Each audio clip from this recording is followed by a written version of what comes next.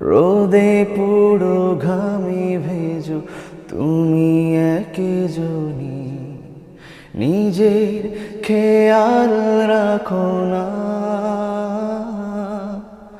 তুমি এমনই, ভালো না থাকলেও ভালো থাকার করো অভিনয়।